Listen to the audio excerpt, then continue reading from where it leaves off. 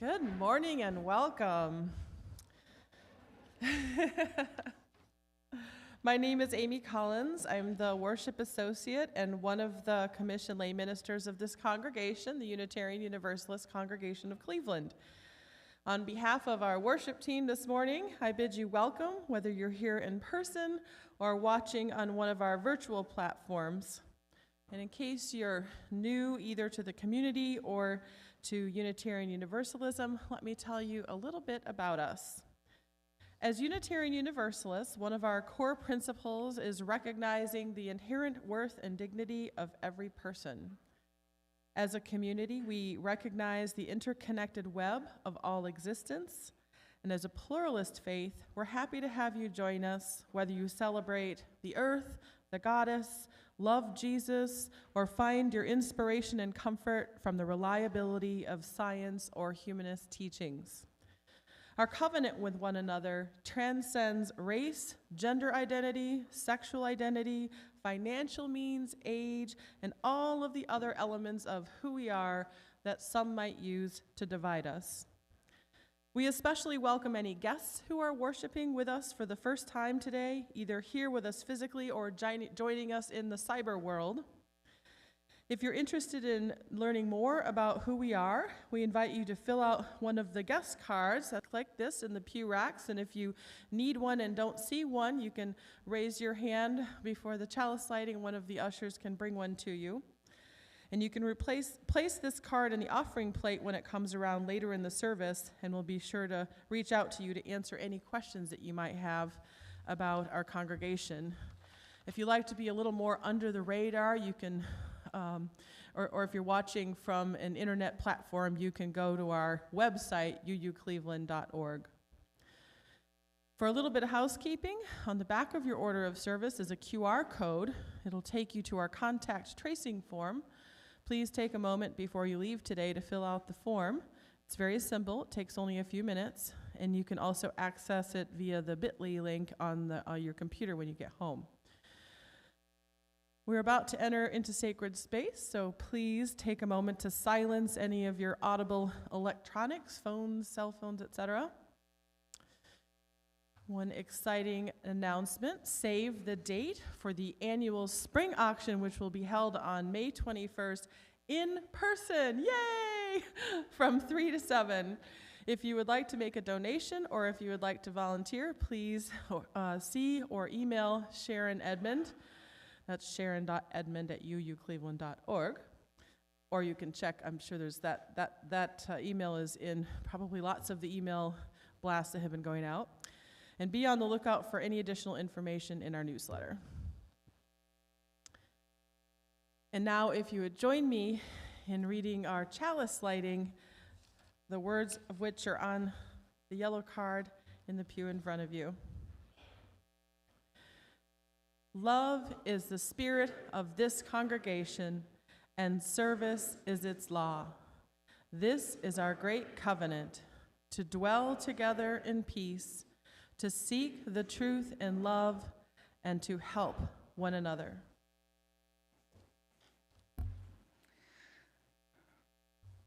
Welcome, welcome on this Easter morning. I share words with you from Stephen Levine. There is an elemental love in the universe by which name we know each other and encourage ourselves to live. There is a silver river that connects everything which some part of us never leaves. There is a mercy making its way up through the ocean of the earth to the shores of our feet. There is a music so sweet it is almost unbearable that is composed between the ear and the heart, which reminds us. There is a diamond glint, a seed of longing in ourselves that recognizes the potential absence of gravity in another. There's a part of us that says it is never too late to be reborn on the in-breath of each morning. Somewhere there is a basket that contains all of our failures. It is a big basket. It wants to know what to do with these. Grace has no use for them. May we be willing this morning to set aside the big basket of all of our failures and be reborn on the in-breath of this morning as we worship together. We're going to sing number 1000, Morning Has Come. It's in the teal hymnal, but before we do that, I invite you to greet one another, respecting any tags that might be on, any dots that might be on your name tags. And if you're joining us online, I invite you to say hello in the comments below the video.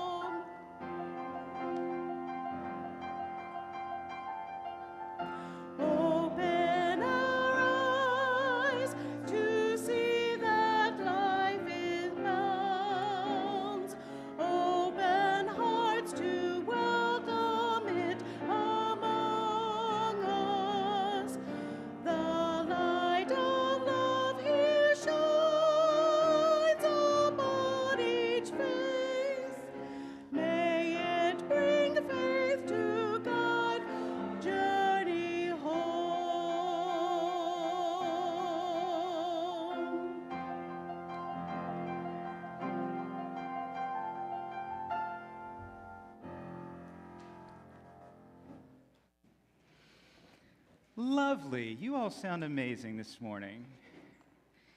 Now is the time in our service where we share our joys and concerns with one another. I do want to remind you that we've moved the book. We've moved it several weeks ago, but some of you may not have been here since then. But the book is up here.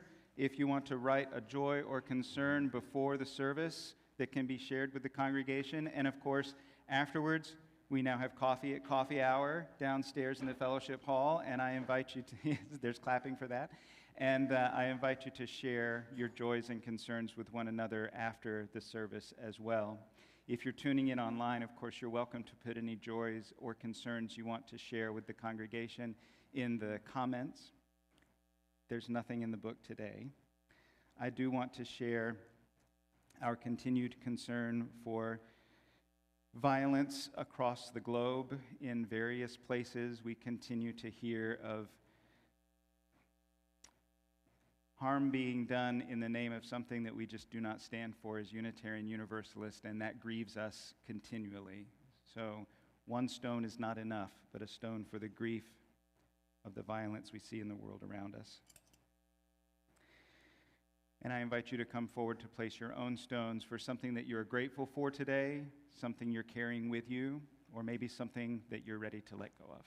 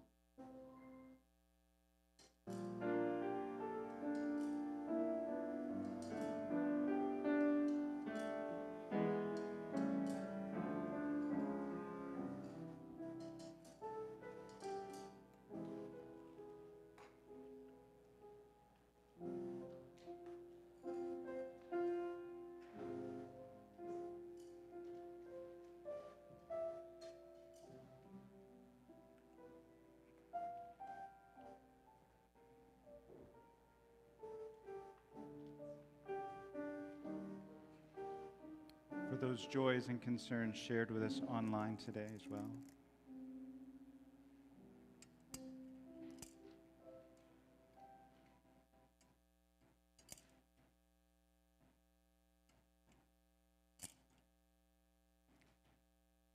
Might seem a strange thing that we do to have this very private sense of a joy or a concern that we carry with us and to do this public display.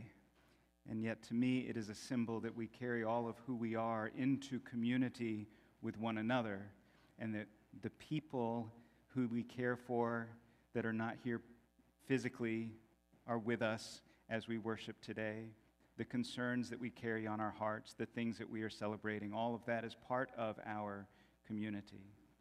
And so I hope that you do share those things out loud with other folks so that they can be connected in that way with all of who you are as we continue in worship today. One final stone for those things that don't yet have words to be expressed or a way to come forth in our lives.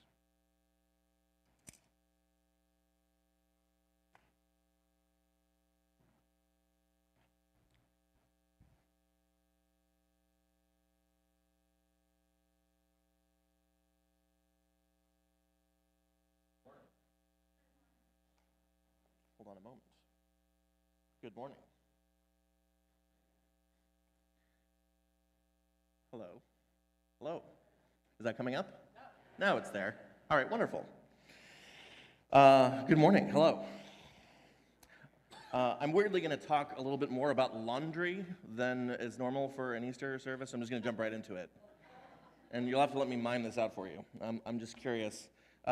Signify however you wish. How many of you are one of these?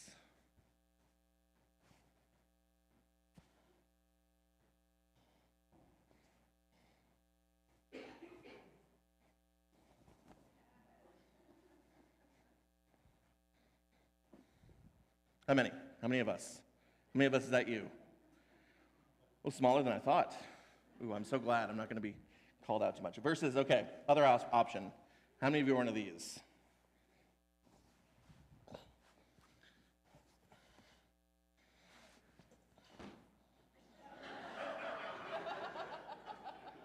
That's me too. It's definitely me. Dirty laundry, or our used clothing, or the stuff we wear, how we take it off. It's an interesting fate that it has in our worlds. If you're number one, I'm sure you have an extremely organized life, and your laundry is always well taken care of. I'm sure you have a hamper that has a lid that closes. But otherwise, dirty laundry ends up in one of two places. It ends up in a pile. One of my favorite authors growing up was Dave Barry. Anybody know Dave Barry? He said when he was in college, he had the geological theory of laundry, which was you created a pile of laundry, and the pressure from the height of the pile made the bottom layer clean. So you got your laundry from the bottom, and then you just always had clean laundry. The other option, of course, is that you have to put it somewhere. That's where your dirty laundry goes, at least for a while, for a time. And I think about this because here we are on Easter Sunday in a Unitarian Universalist church. And I'm bringing with me every day into this work that I do here a Christian background that I navigate in weird ways in this space, because it's a complicated thing to have an interreligious experience, and especially when you're navigating that in a diverse, multiform space, it's not always very straightforward. After all, I contain multitudes, and inside me lives a person who, this is an extremely important holiday for me. I grew up going to Easter services. Talk about interreligious spaces. My grandfather was a Jewish person who converted to Christianity and became a minister. So if you ever would like to have matzo ball soup next to your baked ham for Easter, come to my house. But these are difficult issues because they're complex, because they're as complex as we are as people. And we are never entirely definitive and never entirely certain.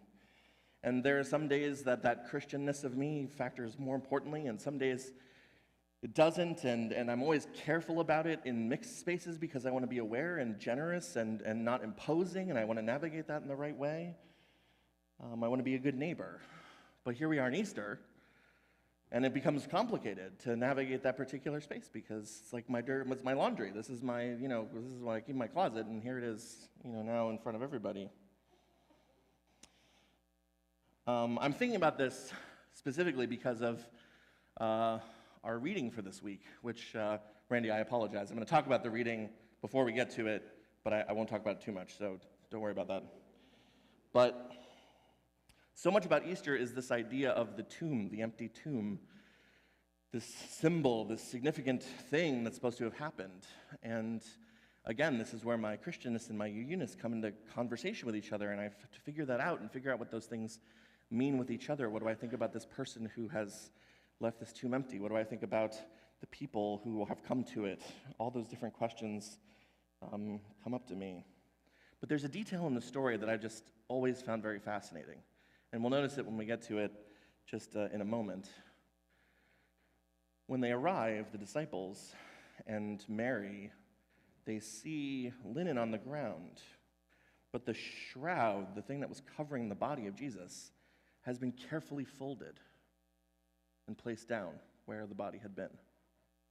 Carefully folded. I mean, this is a story about somebody who's supposed to have risen from the dead.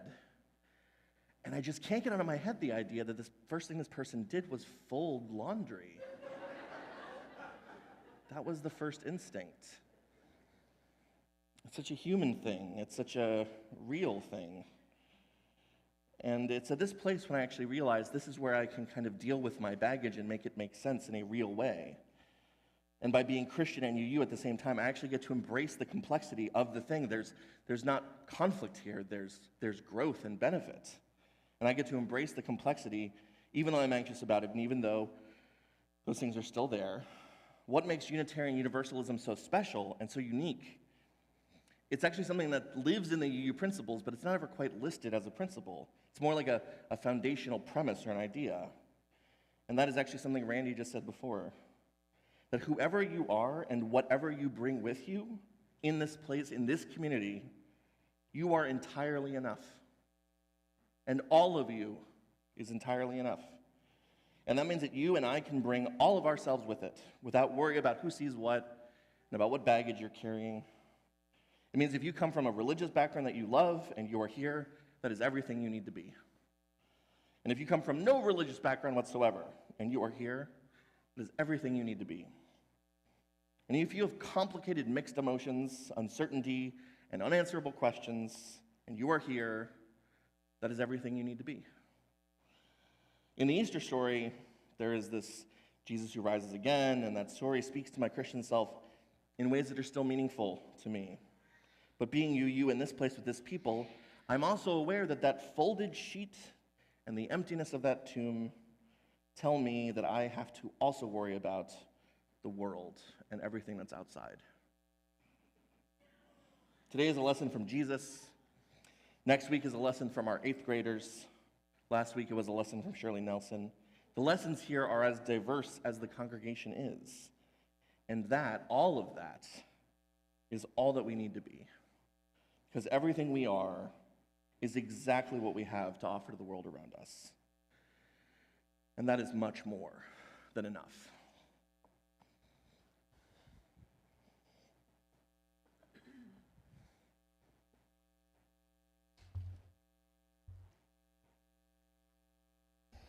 And now the reading. Early in the morning on the first day of the week, while it was still dark, Mary Magdalene came to the tomb and saw that the stone was moved away from the entrance. She ran at once to Simon Peter and the other disciple, the one Jesus loved, gasping for breath. "They took the master from the tomb. We don't know where they've put him." Peter and the other disciple left immediately for the tomb. They ran neck and neck. The other disciple got to the tomb first, outrunning Peter. Stooping to look in, he saw the pieces of linen cloth laying there, but he didn't go in. Simon Peter arrived after him, entered the tomb, observed the linen clothes lying there, and the kerchief used to cover his head, not lying with the linen cloths, but separate, neatly folded by itself. Then the other disciple, the one who had gotten there first, went into the tomb, took one look at the evidence, and believed. No one yet knew from the scripture that he had to rise from the dead. The disciples then went back home. But Mary stood outside the tomb, weeping. As she wept, she knelt to look into the tomb and saw two angels sitting there, dressed in white, one at the head and the other at the foot of where Jesus' body had been laid. They said to her, "Woman, why do you weep?" "They took my master," she said, "and I don't know where they've put him." After she said this, she turned away and saw Jesus standing there, but she didn't recognize him. Jesus spoke to her, "Woman, why do you weep? Who are you looking for?" She, thinking that he was the gardener, said, "Sir, if you took him, tell me where you put him so I can care for him." Jesus said, "Mary." Turning to face him, she said in Hebrew, "Rabboni," meaning teacher. Jesus said, "Don't cling to me, for I have not yet ascended to the Father. Go to my brothers and tell them, I ascend to my Father and your Father, my God and your God." Mary Magdalene went, telling the news to the disciples. "I saw the Master," and she told them everything he said to her.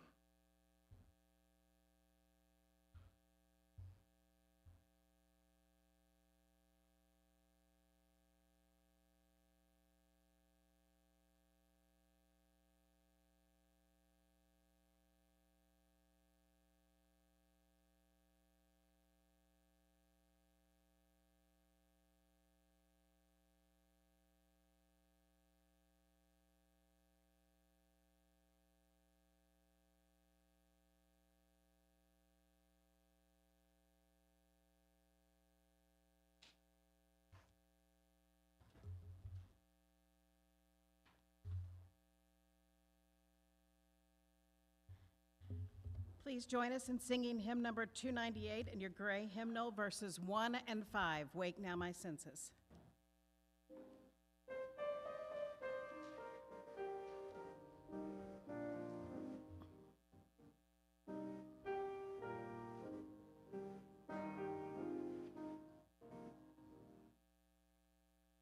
Wake now my senses, hear the earth call, feel the deep power of being in all. Deep with the web of creation, oh, giving, receiving as love shows us how. Wake now my vision, ministry clear, brighten my pathway with radiance near. Mingle my calling with all who will share. Work toward the planet transformed by our care.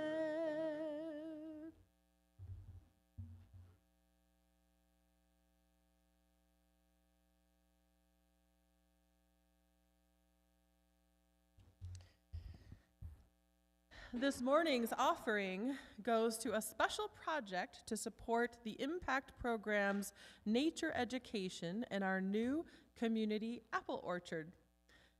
Working for Food Strong, we want to plant perennial flowers in the orchard that are specifically chosen for their ability to attract beneficial insects. These insects will not only help pollinate apple blossoms, but some will attack and reduce insect pests. Impact Kids will help us plant the perennials in May, and in the future, the perennials will form the basis for continuing education about the interaction between insects and flowering plants. So please give generously within your means.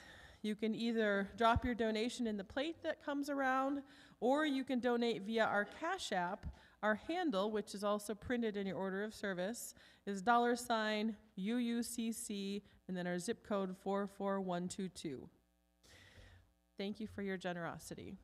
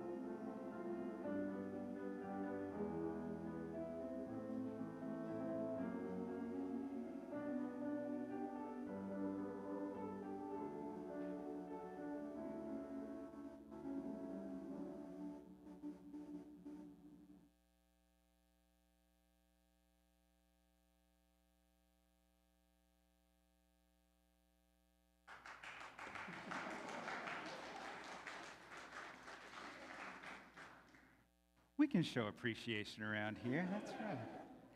One of the things that I wanted to mention to you is that we do an awful lot that you may not see in the community through our offerings.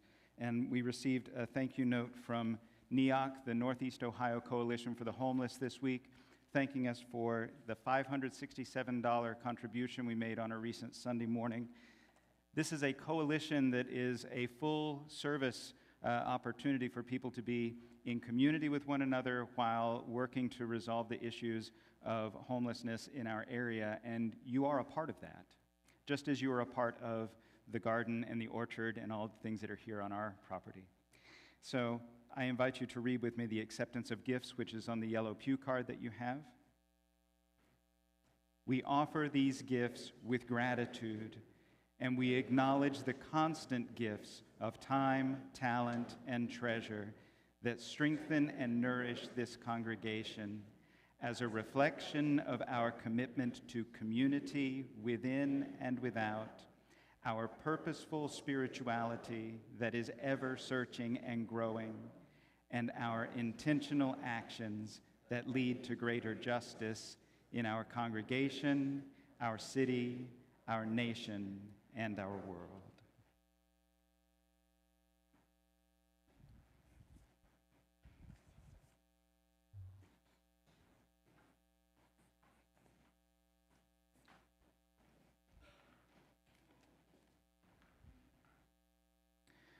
I hope that you all sitting back in the cheap seats can still see the water here.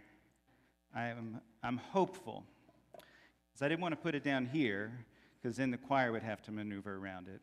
And we'll just trust that you'll be able to see there. The Easter story is a hopeful story, but it doesn't start off that way. It starts off pretty despairing. The situation was pretty bleak. People that had followed Jesus for the last few years of his ministry had just seen him publicly executed. And whatever he might have told them, at least some of them did not really believe that there was anything beyond Jesus' life. He was dead, and the movement could very well have died then too. They felt despair. We know what that feels like. We may not know what their despair felt like, but we know what despair feels like, what hopelessness feels like. Just a little bit, just one little thing that happens can seem like it takes a clear vision of our life and it just taints it.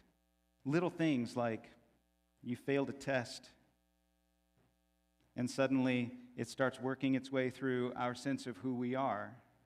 What are some other things? Some things that make you feel hopeless. Somebody that you trusted said something bad about you, and then all of a sudden your faith in humanity gets tainted by that. What else? What makes you feel hopeless? Say it loud. Continuous violence in the world. Let me give it 2 drops for that. I'll go ahead and give it another one because those were little drops. And there's a lot of violence in the world. That makes you feel hopeless. What does? Poverty. We just feel like we're powerless against this stuff. It makes us feel hopeless. And we know what hopelessness feels like too, don't we? What does hopelessness feel like? Even when I say it, I feel my shoulders get burdened down. Hopelessness weighs on us. And whatever we might have thought, one little thing, it clouds things. It makes it all murky. It's hard to have a clear vision for the world when the people that we trust don't live up to our expectations. When people in power make decisions that hurt other folks. When people leave us for one reason or another, and we don't think we're ever going to get them back. We lose our relationship with them the way the disciples lost their relationship with Jesus. We know what that feels like. It's heavy. Makes things cloudy. Can't see the future through that.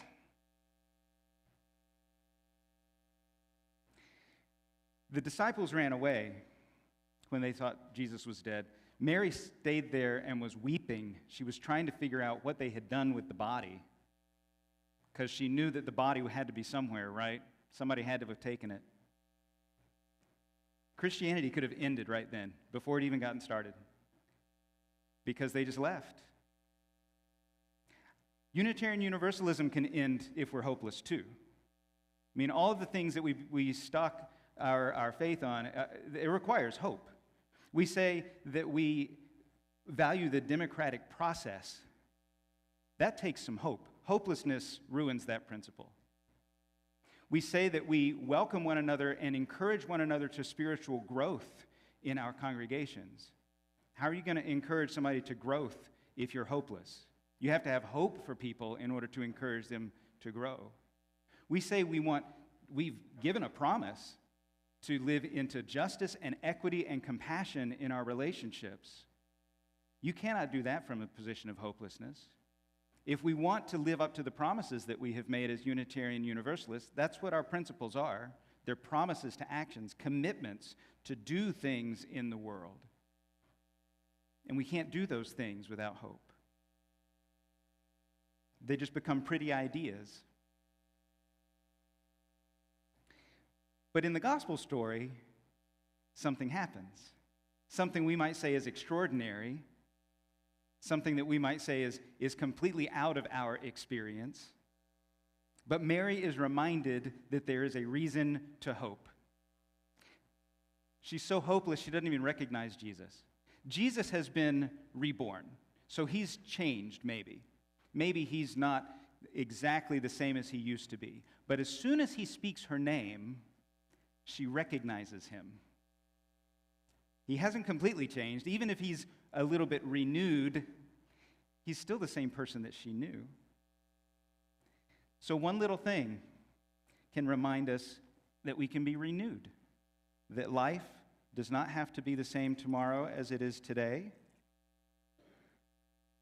and that something new is possible.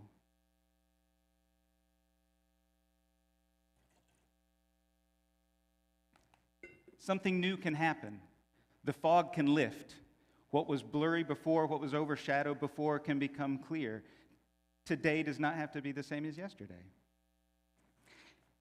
From a position of hopelessness, we think that things are going to be the same all the time. We take snapshots in our minds of people, of ourselves, and we say, whoever that person was at this moment in the past, that's who they're always going to be.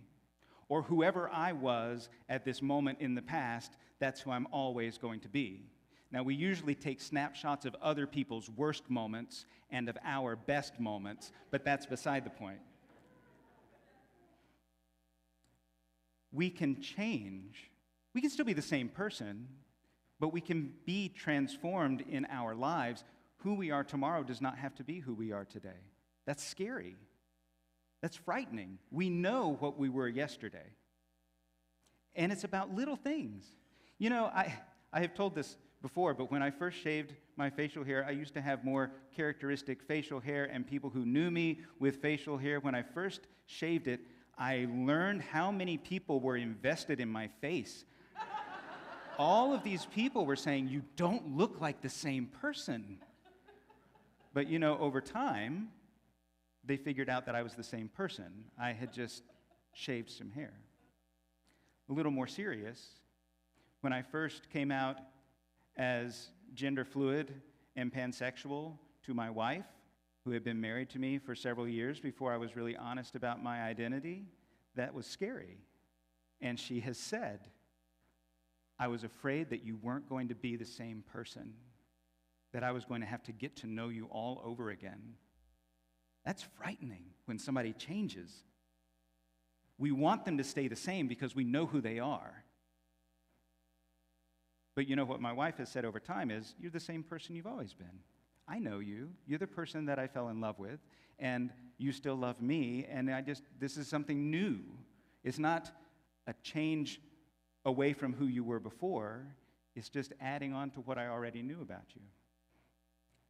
Clearer, clarified, not so murky. All of the shadow, not all of the shadow maybe, there's still a little bit of a tinge there, but that's okay. The future is a mystery. It's more challenging.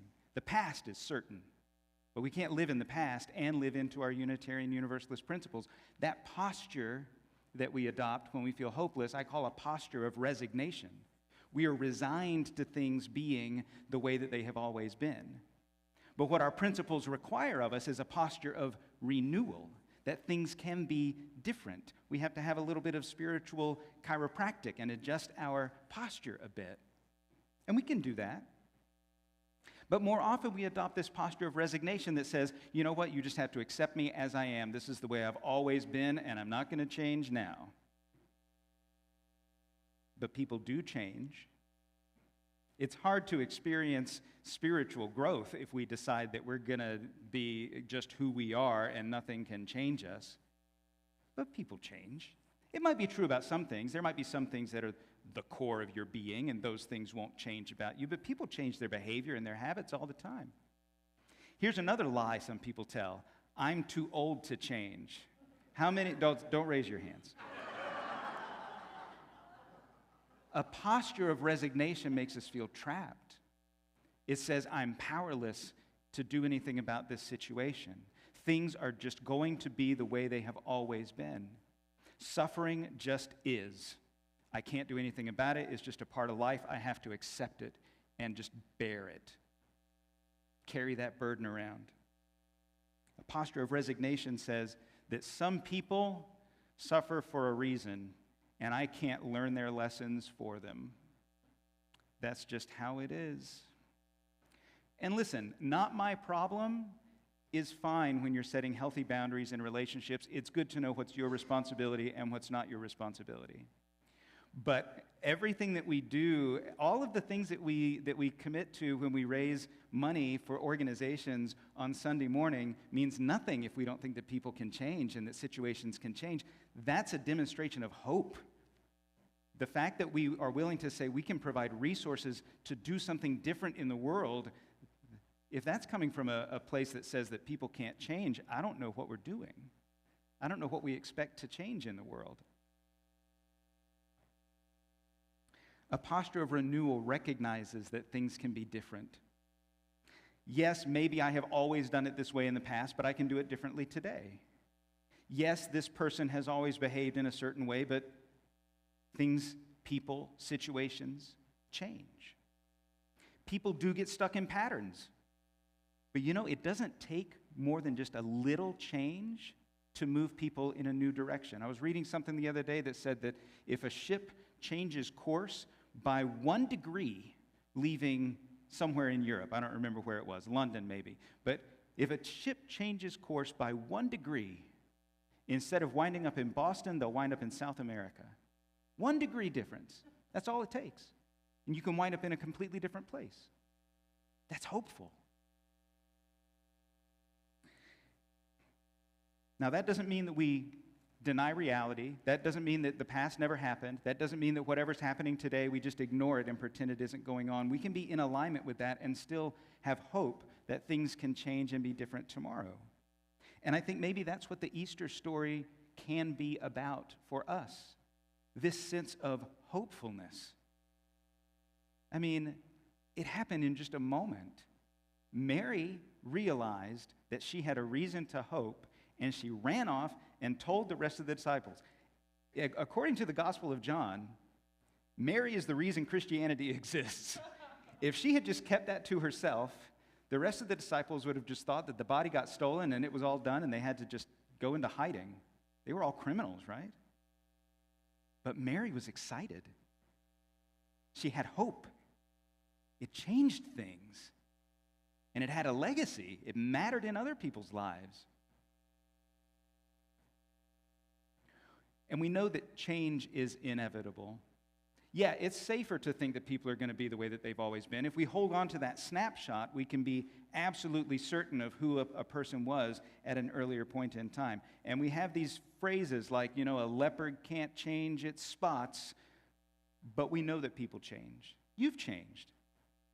I bet there's no one in this room who is exactly the same today as you were 10 years ago or 20 years ago. Why do we not think other people will change? Why do we not have hope for other people? Confucius said, "Those must change who would be constant in happiness and wisdom." You can't be happy and wise unless you're willing to change and grow and keep renewing, to adopt a posture of renewal. Einstein said, "All meaningful and lasting change first starts in your imagination and then works its way out. Imagination is more important than knowledge. You know what we can know about? The past. We can be absolutely confident about the past. But you know what takes a little bit of imagination is a vision for the future. If we want to live into a vision of global community with peace and liberty and justice for every person, we have to use our imaginations a bit. That is not something we already see in the world around us.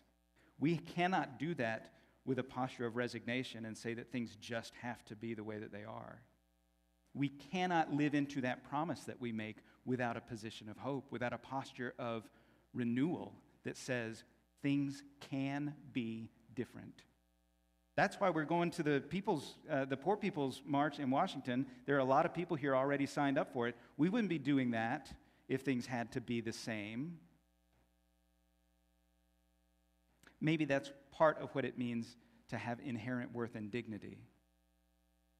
That there is always that possibility that today will be different from yesterday. That today we will be different. That we will choose to be different. Because I'll tell you something, you get to choose the posture that you assume in your life. You get to make that choice. You get to choose the posture that you assume in your relationship with other people. You can look at them and say, you are never going to change and I'm just going to give up on you.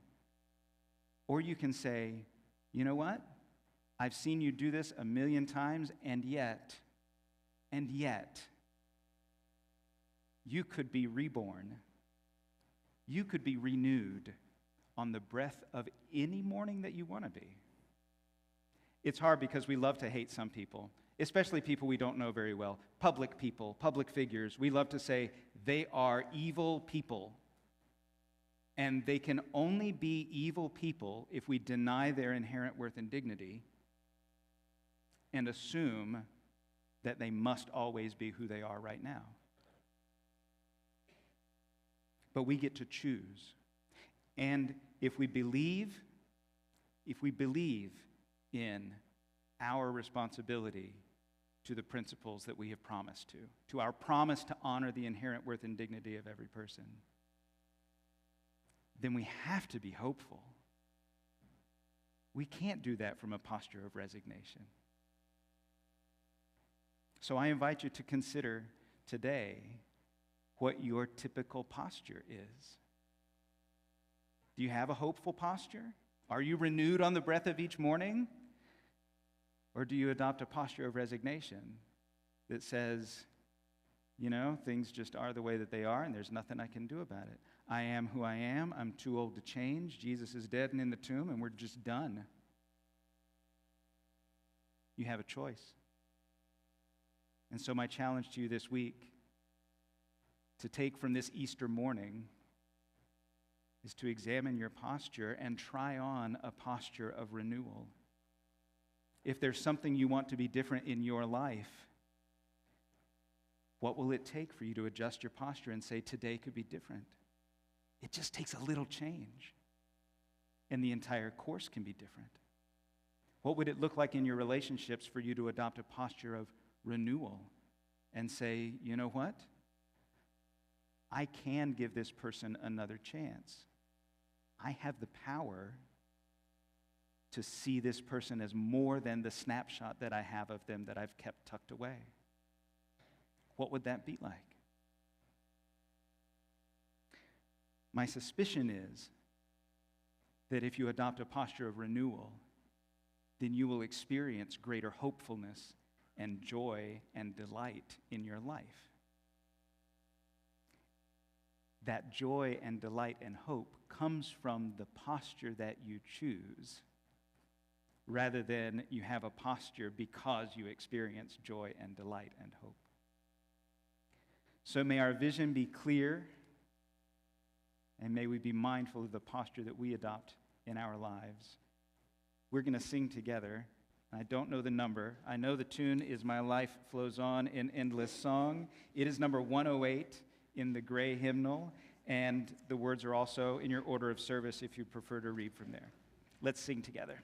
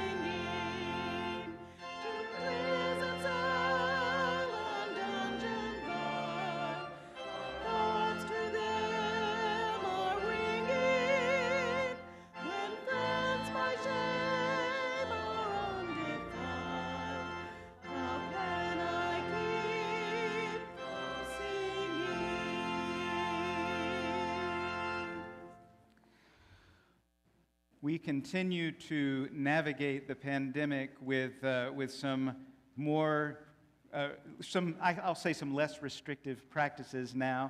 So we have masks optional. We have coffee in coffee hour. There will be snacks there. You'll be able to visit with one another.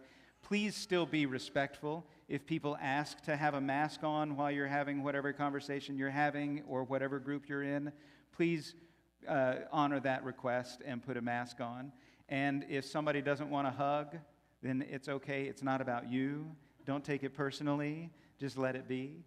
And as we continue to respect one another and pay attention to the numbers, then we'll keep dancing with the pandemic. But for now, we have a little more freedom than we had just a short time ago. I want to remind you that we have another 8th principle conversation opportunity for you coming up on April 27th. That's going to be in person in the fellowship hall on a Wednesday evening. And we have an opportunity today for you to order your Side with Love t-shirts. They're going to have our congregation's logo on them. Do you want to stand up and show them what that'll look like? You're going to look for Suzanne in the Fetching Side with Love t-shirt in the fellowship hall if you want to order one, and she'll be able to hook you up with your authentic UUCC Side with Love t-shirt. Next week, as Alan mentioned, we have our coming of age service, which is going to be amazing. And then afterward, we have our food drive, along with a lot of events related to our attempt to reduce food waste. And hopefully, many of you have been doing the food waste challenge. There's lots of exciting things. Please read your email. The Thursday newsletter has all of this stuff and more in it. And now, may you go forth willing to adopt a posture of renewal and see the possibility of new things in your life. And may you be renewed into truly living the principles that you hold dear. And may you give and receive freely the hope at the heart of our humanity. Amen, and blessed be.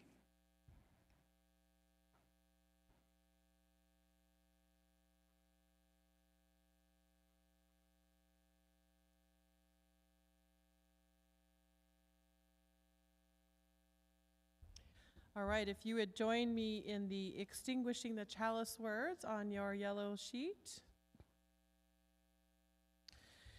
We extinguish this flame, but not the light of truth, the warmth of community, or the fire of commitment.